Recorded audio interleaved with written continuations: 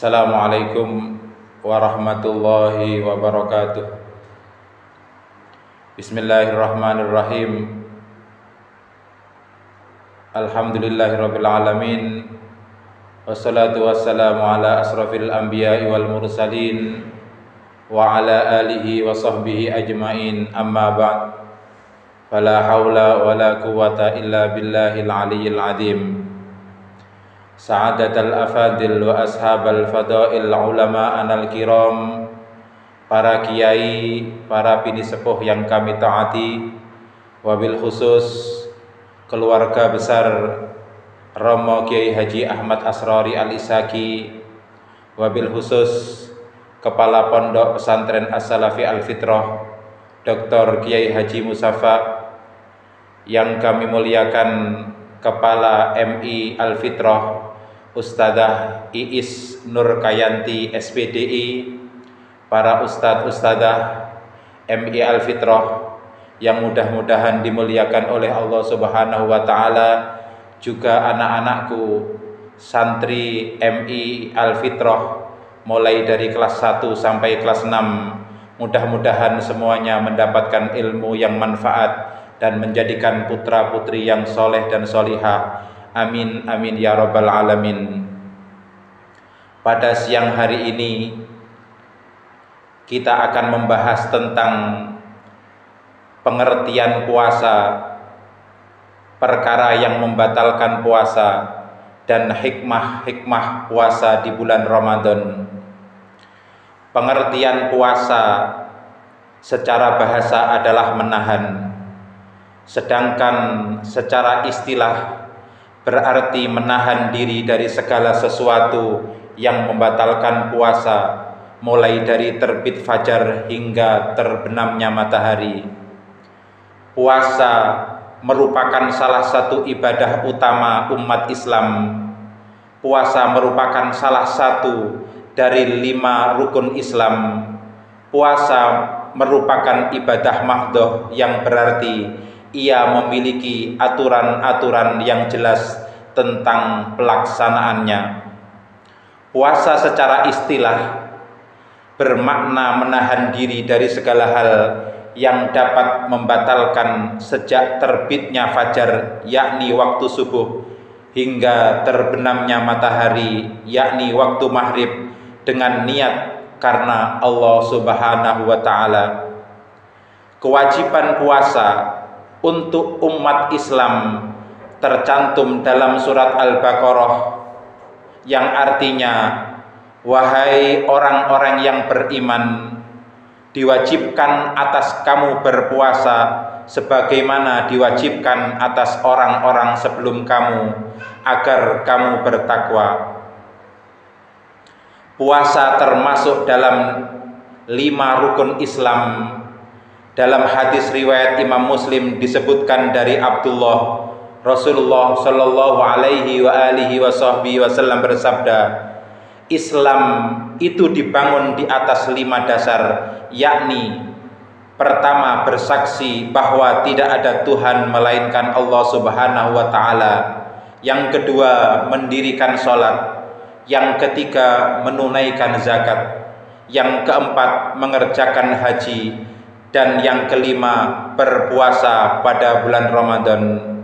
Hadirin hadirat, anak-anakku, santri putra santri putri MI Al-Fitrah yang mudah-mudahan dimuliakan oleh Allah Subhanahu wa taala. Pembahasan yang kedua, perkara-perkara yang membatalkan puasa. Yang pertama, makan dan minum. Makan dan minum dan segala sesuatu yang masuk melalui lubang pada anggota tubuh pada siang hari, yaitu waktu berpuasa, jika dilakukan secara sengaja akan membatalkan puasa. Contoh, mandi.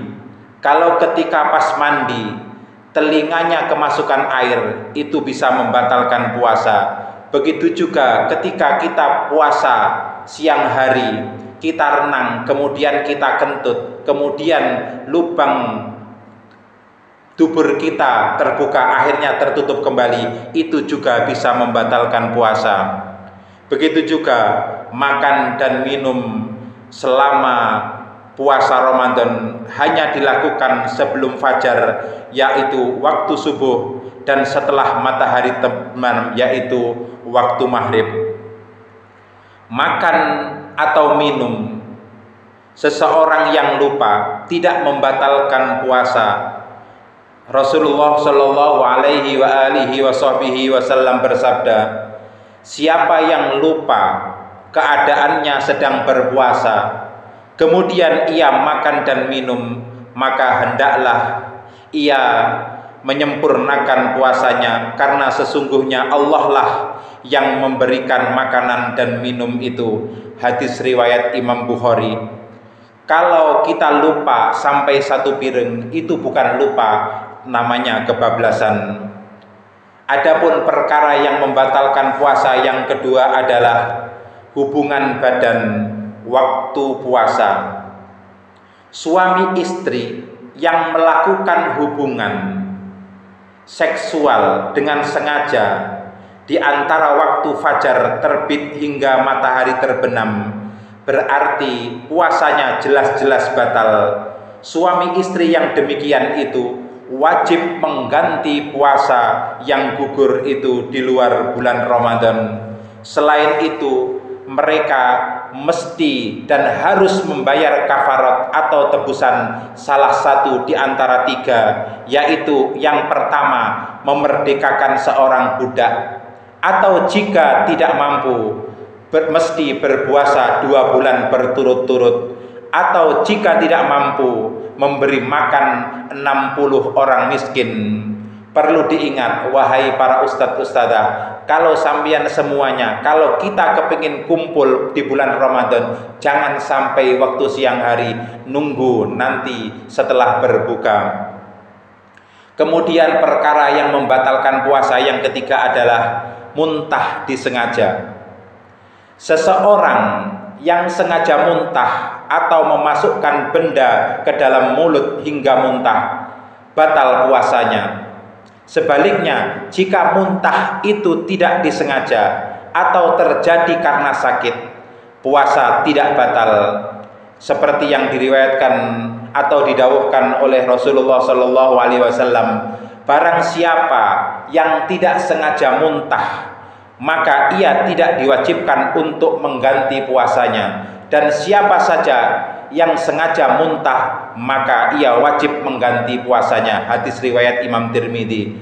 Contoh yang disengaja, ketika siang hari bulan Ramadan, tangan kita masukkan ke dalam mulut, kemudian kita muntah, itu puasanya batal karena muntahnya disengaja. Begitu juga ketika kita puasa siang hari, melihat bangkai kemudian kita muntah, itu termasuk membatalkan puasa karena muntahnya itu disengaja. Adapun perkara yang membatalkan puasa yang keempat adalah keluar air mani secara disengaja. Keluarnya air mani yang terjadi sentuhan kulit meski tanpa hubungan seksual membatalkan puasa.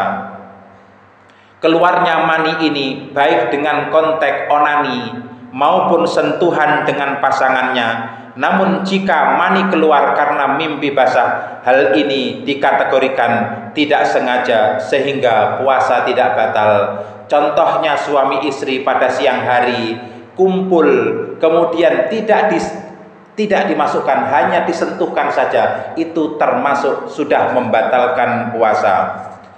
Adapun perkara yang membatalkan puasa yang kelima adalah haid atau nifas. Haid atau nifas, datang bulan, bagi perempuan juga membatalkan puasa. Perempuan yang mengalami haid saat Ramadan dapat menggantinya dengan puasa sejumlah hari haid di luar bulan puasa. Hal yang sama berlaku untuk nifas. Ketika perempuan mengeluarkan darah akibat proses melahirkan, nifas itu paling sedikit-sedikitnya nifas adalah sak kecotan atau 1 tetes. Kemudian umumnya nifas adalah 40 hari. Paling banyak-banyaknya nifas adalah 60 hari.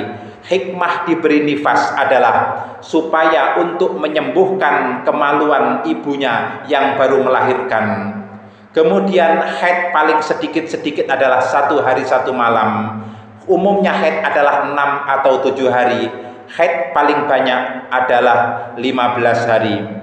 Diriwayatkan dari Sayyidah Aisyah radhiyallahu anha, Sayyidah Aisyah dawuh, kami kaum perempuan diperintah untuk mengganti puasa yang ditinggalkan, tetapi tidak diperintah untuk mengganti sholat yang ditinggalkan. Ketika bulan puasa, ketika perempuan ada halangan meninggalkan puasa Ramadan, itu diwajibkan untuk qadha atau mengganti nanti setelah bulan Ramadan. Tapi ketika halangan meninggalkan sholat, itu tidak diwajibkan, tidak diperintah untuk mengganti sholat. Alasannya karena puasa Ramadan itu dilakukan hanya 1 tahun sekali, tetapi kalau sholat dilakukan sehari sekali setiap hari atau 1 bulan, itu pasti ada diskonnya. Anak-anakku yang dimuliakan oleh Allah Subhanahu wa Ta'ala, perkara yang membatalkan puasa yang keenam adalah gila.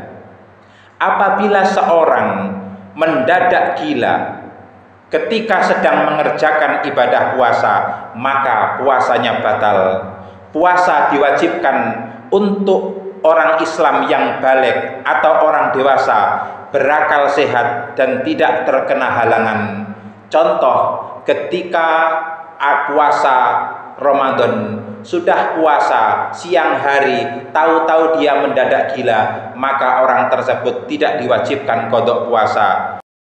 Perkara yang membatalkan puasa yang ketujuh adalah murtad. Jika seorang keluar dari Islam, maka dengan sendirinya puasa orang tersebut adalah batal. Perlu diingat, murtad itu ada 3. Yang pertama murtad qauli, murtad ucapan. Kita mengucapkan Allah tidak ada atau Allah ada 1, itu sudah dikatakan murtad ucapan. Yang kedua adalah murtad fi'li, murtad pekerjaan. Kita contoh yang gampang, kita ikut ke gereja hanya ikut bergerak-gerak saja, itu juga namanya murtad. Yang kedua adalah murtad fi'li. Yang ketiga adalah murtad i'tiqad, murtad keyakinan, meyakini bahwa Allah tidak ada atau Allah ada 3, itu juga sudah dikatakan murtad. Hadirin ustadz, ustadzah, santri-santri MI Al-Fitrah yang mudah-mudahan dimuliakan oleh Allah Subhanahu wa Ta'ala.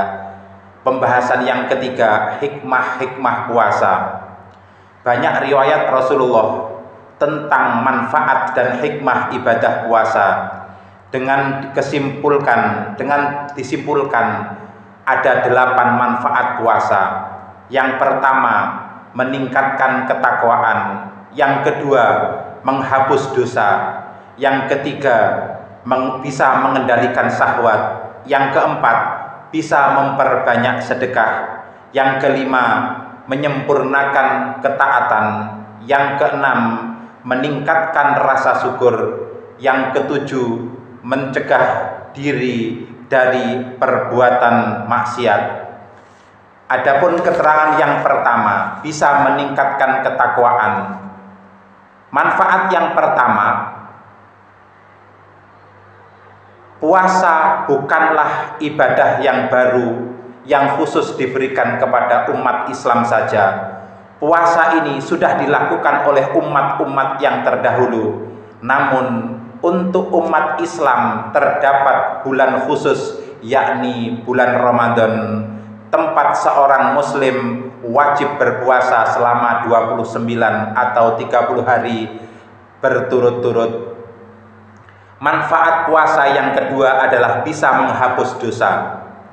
Puasa adalah tindakan pasif seseorang untuk menahan diri dari segala sesuatu yang berkaitan dengan syahwat. Puasa ditunjukkan untuk memurnikan diri. Terkait hal ini diriwayatkan oleh sahabat Abi Hurairah radhiyallahu an, Rasulullah shallallahu alaihi wasallam bersabda, barang siapa yang berpuasa pada bulan Ramadan karena iman dan mengharap pahala dari Allah Subhanahu wa Ta'ala, maka dosa-dosanya pada masa lalu akan diampuni oleh Allah. Hadis riwayat Imam Bukhari. Puasa Ramadan membuat seseorang tidak makan dan tidak minum sejak fajar terbit hingga matahari terbenam selama 29 atau 30 hari dalam keadaan lapar. Syahwat akan lebih mudah dikendalikan. Selain itu, puasa dapat menjadikan tempat perenungan bagi seorang muslim bahwa lebih banyak orang yang tidak beruntung daripada kita, bahwa nafsu-nafsu duniawi tidak menghasilkan apapun.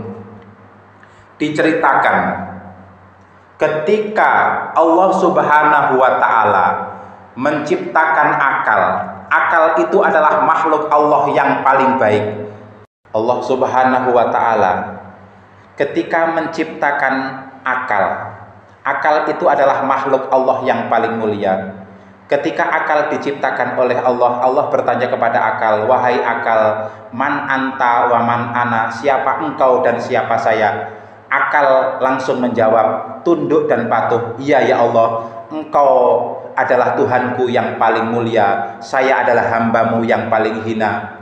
Kemudian Allah Subhanahu wa Ta'ala menciptakan nafsu.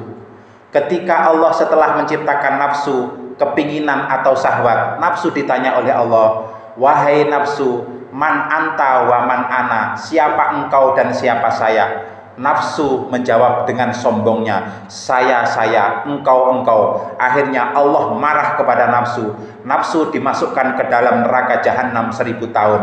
Setelah dimasukkan jahanam 1000 tahun, nafsu diangkat. Setelah diangkat, nafsu ditanya lagi, wahai nafsu, man anta wa man ana, siapa engkau dan siapa saya? Nafsu tetap sombong, saya, engkau.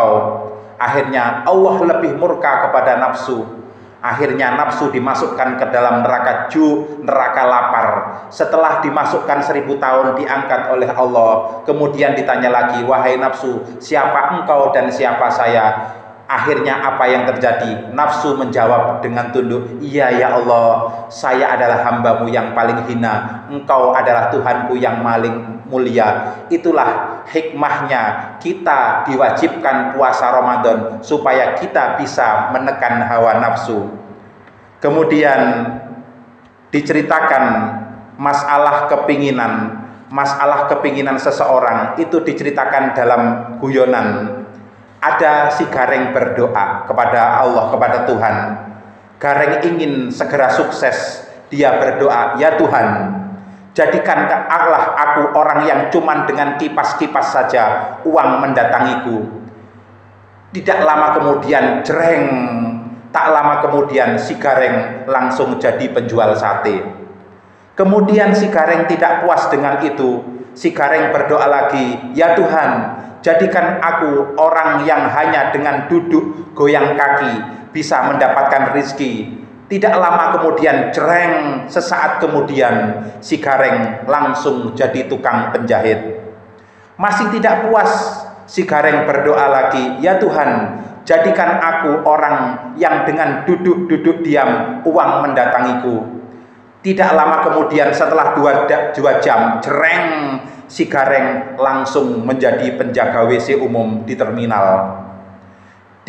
Si Gareng tidak puas dengan doanya lagi. Akhirnya si Gareng berdoa lagi, ya Tuhan, kali ini saja jadikan aku yang bisa memerintah orang-orang kaya.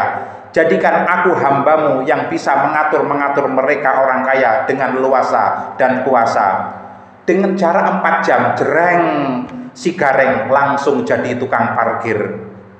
Masih belum puas atas hasil dari berdoanya, si Gareng berdoa lagi, ya Tuhan, mohon sekarang jadikan aku orang yang berwibawa, tatapanku disegani orang, setiap yang bertemu denganku merasa sungkan. Tidak lama kemudian, tak lama kemudian, si Gareng langsung jadi debt collector. Ya Tuhan, kok salah melulu?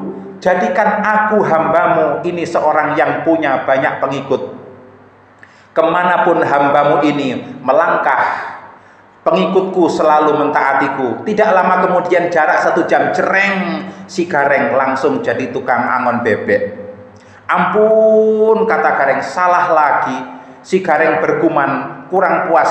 Akhirnya si Gareng berdoa lagi, ya Tuhan, tolonglah yang terakhir ini, jadikan hambamu ini seorang yang senantiasa dikelilingi para wanita-wanita cantik. Tidak lama kemudian, jarak 3 jam, cereng, si Gareng langsung jadi tukang sayur keliling. Maka hari ini kemudian, ya Tuhan, akhirnya apa terjadi? Si Gareng, ya Tuhan, aku kapok berdoa muluk-muluk. Sekarang aku minta hidupku biasa saja, biasa saja. Yang penting dari cerita ini, hidup bukan tentang apa yang dikabulkan, tetapi tentang berapa banyak yang bisa kita syukuri. Anak-anakku yang dimuliakan oleh Allah Subhanahu wa Ta'ala, saya teruskan. Abdullah bin Mas'ud mengisahkan pernah mendapat dawuh dari Rasulullah Shallallahu Alaihi Wasallam untuk melakukan salah satu dari 2 hal terlebih dahulu. Jika mampu, dawuhnya Kanjeng Nabi tentang kepada Ibnu Mas'ud, jika mampu seorang pemuda, kalau di sini wahai Ustadz MI Al-Fitrah, hendaklah menikah. Jika belum mampu, maka berpuasalah. Para ustadz-ustadzah di sini, kalau kalian sudah mampu, maka menikahlah. Kalau belum mampu, maka berpuasalah. Kalau ada ustadz-ustadzah sudah agak tua, belum menikah, nanti bisa dijuluki Golkar alias golongan kasep rabi. Yang laki-laki 25 ke atas belum menikah, dijuluki lika-liku laki-laki yang belum laku-laku. Wahai ustadz-ustadzah atau wahai pemuda, siapa yang mampu menikah, maka menikahlah. Karena sesungguhnya hal tersebut lebih dapat menundukkan pandangan dan lebih dapat menjaga kemaluan. Dan barang siapa yang tidak mampu menikah, maka hendaklah ia berpuasa, karena puasa menjadi pengendali baginya. Hadis riwayat Imam Bukhari. Adapun hikmah puasa yang ketiga, bisa memperbanyak sedekah. Puasa Ramadan adalah kesempatan bagi seorang muslim untuk beramal lebih banyak. Ini adalah bagian mencontoh perbuatan Nabi Muhammad, adalah orang yang paling dermawan. Diceritakan ketika ditemui malaikat Jibril, Rasul itu lebih dermawan daripada angin yang ditiupkan. Anak-anakku santri MI yang dimuliakan oleh Allah Subhanahu wa Ta'ala, yang keempat, hikmah puasa yang keempat adalah semestinya dengan puasa Ramadan menyucikan diri dari semuanya syahwat selama sebulan penuh. Seorang muslim akan tiba ke bulan Syawal sebagai sosok baru yang lebih dekat kepada Allah dan yang lebih peduli kepada sesama diri, derita yang diterima sesaat kita di bulan puasa. Abi Hurairah radhiyallahu an meriwayatkan Rasulullah Shallallahu Alaihi Wasallam bersabda, jika bulan Ramadan datang, maka pintu-pintu surga dibuka, pintu-pintu neraka ditutup. Begitu juga setan-setan dibelenggu. Pertanyaannya, ketika kita sholat, ketika sebelum Ramadan kita sholat tidak bisa khusyuk, katanya yang mengganggu setan. Ketika bulan Ramadan setan-setan itu dibelenggu, apakah sholat kita bisa khusyuk? Tidak. Berarti yang mengganggu sholat kita tidak bisa khusyuk, itu bukan karena setan, tapi adalah hawa nafsu kita. Ketika Rasulullah setelah pulang perang Badar, Rasulullah itu dawuh kepada para sahabat, wahai sahabat, rojakna min jihadil ashor ila jihadil akbar. Kita baru saja selesai perang kecil, kita akan menghadapi perang yang lebih besar. Apa yang terjadi? Para sahabat bingung. Di dalam hatinya ingin bertanya kepada Rasulullah, ini saja perang yang paling besar, Rasulullah kok dawuh akan menghadapi perang yang lebih besar. perang apa lagi yang akan kita hadapi? Akhirnya salah satu sahabat memberanikan diri bertanya kepada Rasulullah, wahai Rasulullah, perang apa lagi yang akan kita hadapi? Kita baru saja menghadapi perang Badar, sudah hebat, apalagi yang akan kita hadapi? Dawuh panjenengan, ada perang yang lebih besar. Dawuhnya Rasulullah, wahiyya jihadun nafs, yaitu memerangi hawa nafsu, yaitu akan menghadapi bulan Ramadan. Bulan Ramadan ini adalah perang yang luar biasa, perang dengan hawa nafsu. Kemudian yang seterusnya, hikmah-hikmah puasa bisa mencegah diri dari perbuatan-perbuatan maksiat. Puasa ini memiliki dimensi batin atau tasawuf. Puasa tidak hanya untuk menjalankan kewajiban sebagai seorang muslim, tapi juga untuk memperbaiki jiwa dan menahan hati agar menjadi lebih peka dan lembut kepada sesama manusia. Karenanya tujuan puasa selain menahan diri dari memperuntukkan keinginan nafsu secara lahir, juga harus menahan hawa nafsu batin. Dan itu tidak hanya sekedar menahan diri dari makan dan minum saja. Hadirin teman anak-anakku santri Al-Fitrah yang dimuliakan oleh Allah Subhanahu wa taala, yang seperti yang disabdakan oleh Rasulullah Shallallahu alaihi wasallam, ada 5 perkara yang bisa membatalkan puasa tapi bisa menghilangkan pahalanya puasa. Puasanya tetap sah tapi pahalanya hilang. Berarti hanya rugi, hanya mendapat haus dan dahaga saja. Puasanya sah tapi pahalanya tidak mendapatkan saja. Apa yang pertama? 5 tersebut. Yang pertama adalah berbohong, bujuk atau ngapusi. Contoh sebagai orang tua ketika berjalan sama anaknya, ibu atau ayah, tolong saya belikan es krim. Ketika di dalam sakunya ada uang, nah saya tidak bawa uang, itu namanya sudah bujuk. Pahala puasa sudah hilang, tapi puasanya tetap sah. Yang kedua, menggunjing atau ngerasani. Sekarang itu banyak sekali. Sekarang itu sangat banyak sekali di YouTube atau di apa, intinya menggunjing orang lain, ngerasani orang lain. Ingat, orang yang berbicara dan yang mendengarkan itu dosanya sama. Tapi perlu diingat, kadang-kadang kita melihat YouTube, melihat apa, kepada hanya dilihat orang-orang yang kita cinta saja. Yang kita benci tidak akan kita lihat dan tidak akan kita dengarkan. Sesuai dengan yang di dalam kitab Al-Mahfudhot, wa ainur ridho angkulli aibin kalilatun. Kalau kita sudah senang kepada seseorang, sejelek apapun tetap baik. Bahasa gampangnya, telek rasa coklat. Perkara yang membatalkan atau yang menghilangkan pahala puasa. Yang ketiga adalah mengadu domba. Contoh yang gampang, si A bilang ke cerita si B, si B itu orangnya begini. Si B bilang ke si A begini, tapi tidak sesuai dengan kenyataan. Itu bisa menghilangkan pahala puasa. Yang keempat adalah bersumpah dusta atau sumpah yang palsu. Contoh, kita mengambil sesuatu, kemudian kita ditanya, kamu tadi mengambil barang saya? Tidak, wallahi saya tidak, tapi aslinya ngambil. Seperti itu namanya sumpah dusta.